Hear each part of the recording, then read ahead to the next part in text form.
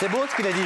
Je dis juste une phrase, parce que je vois que vous voulez tous réagir. Il a dit « C'est très égoïste d'aimer une jeune fille. Elle est jeune, et puis je vais lui faire du mal quand je vais disparaître. » Je me suis dit toutes ces choses-là. Elle a été plus forte que moi. Je vais voir dans ses yeux qu'elle est heureuse avec moi, alors j'ai cédé. C'est beau ce qu'il dit quand même, Benoît. Ben non, mais tomber amoureux, c'est tomber tout court. Tu choisis pas quand ça te tombe dessus. Moi, ça m'est tombé.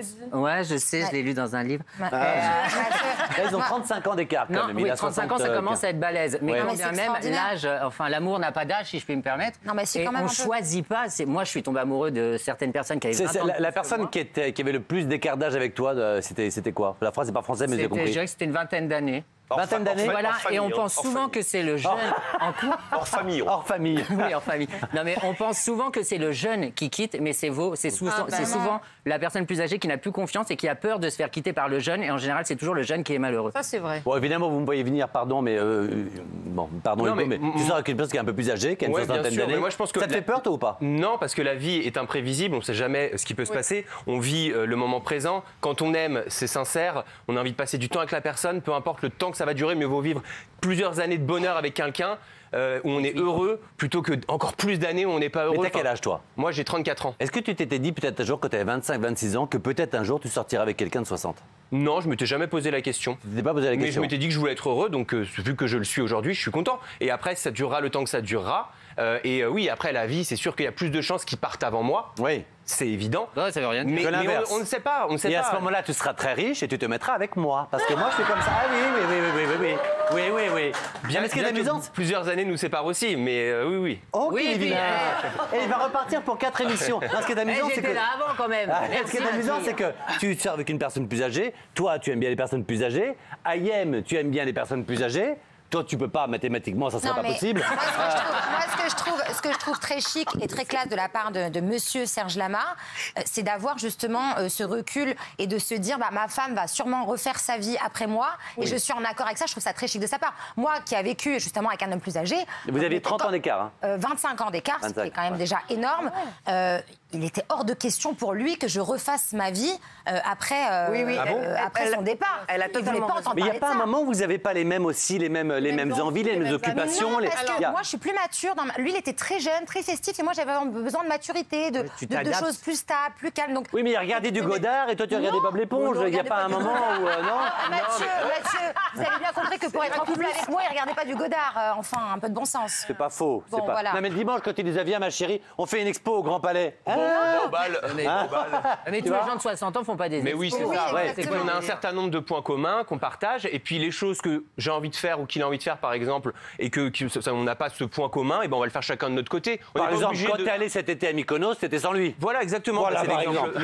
exemple. Voilà. Oui, Natacha. Moi, j'avais juste envie de dire que je suis d'accord avec Ayem, c'est qu'il y a vraiment la plupart des hommes, on va dire, plus mûrs, plus âgés, etc., on vit ça de façon assez égoïste et sans voir l'avenir. Ce qui avait de terriblement bouleversant chez Serge Lama, parce que j'ai regardé son interview, oui, mais surtout c'est quelqu'un qui a conscience que la vie avance vers sa fin inéluctable, et en ce qui le concerne, il a cette mesure-là, il a cette humilité-là, et je pense que son amour, c'est un amour avec un grand A. C'est très généreux. C'est ça. Voilà, et c'est un homme très particulier. Vous savez que c'est un homme qui habite dans un certain arrondissement de Paris, je dirais pas lequel, qui habite les volets fermés toute la journée. Il habite dans le noir du matin au soir. Parce qu'il est malade, non? Non, pas bien avant, il ne supportait pas la lumière. C'est une référence à sa chanson, excusez-moi. Waouh! Blague!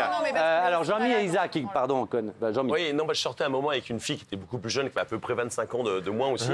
Et je pensais que tout allait bien, et je me suis rendu compte un jour que peut-être elle se posait des questions pour l'avenir, parce que j'ai vu dans son historique Google qu'elle avait tapé à quel âge commencent ses problèmes d'érection. Mais non! Ouais, Et je me suis dit, elle commence à se projeter un peu, pour savoir combien de temps je vais tenir un peu. Bah, elle ne se projette pas, peut-être qu'elle était dans le présent quand même, tu vois. Pas faux. Non, pas faux. Pas faux. Mais ça, là-dessus, on est très bien équipés. Hein. Comment? Non, je dis sur les problèmes d'érection, on a... Et oui, non, pour les hommes, on a des... Complètement. Je le sais. Mais c'est chiant parce qu'il faut prévoir, quoi. À 14h, on va tirer un coup. Non, mais c'est vrai. faut pas prévoir, mais si t'es un bon ami, comme ça on dit tout le temps, un petit texto à Jean-Mi, voilà. Allez, on passe à Isabelle.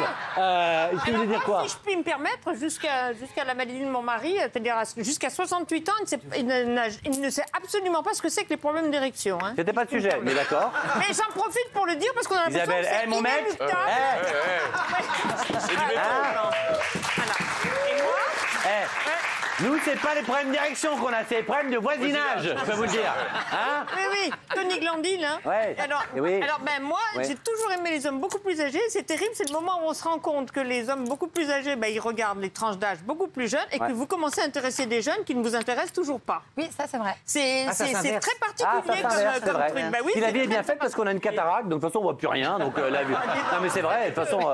Et moi j'ai une pensée pour le fils de Serge Lama. Ce que vous dites est très vrai. Frédéric est un garçon formidable. Charmant, absolument. Mais absolument adorable. Adorable, que je connais aussi. Oui, Florian. Oui, et rappelez que cette interview était vraiment passionnante et très touchante parce qu'il a rappelé qu'il avait des problèmes de santé depuis l'âge de 22 ans, un accident de voiture, il a les jambes qui fonctionnent pratiquement plus. Et justement, au lieu de s'acharner comme beaucoup d'artistes, il préfère se mettre un petit peu en retraite, c'est-à-dire arrêter la scène notamment, pour être plus proche de sa compagne et le temps qui lui reste, être C'est très mignon.